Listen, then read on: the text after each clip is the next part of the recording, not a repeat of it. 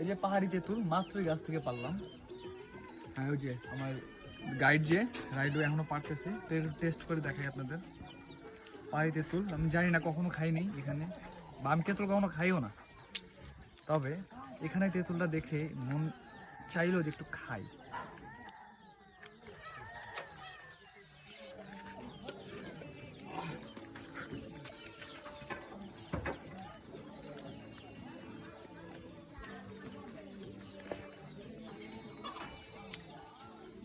মিষ্টি আছে, মানে আমরা নর্মালি যে তেঁতুল খাই আমার ঢাকায় চলে, ওগুলোর তুলনায় অনেক মিষ্টি। তুই খা দেখ, এটা হচ্ছে কাঁচা কাঁচা তেঁতুল, এটা পাকা তেঁতুল। মজা না? গাছ পাক না না। এই যা চলেন কে কে যাচ্ছে?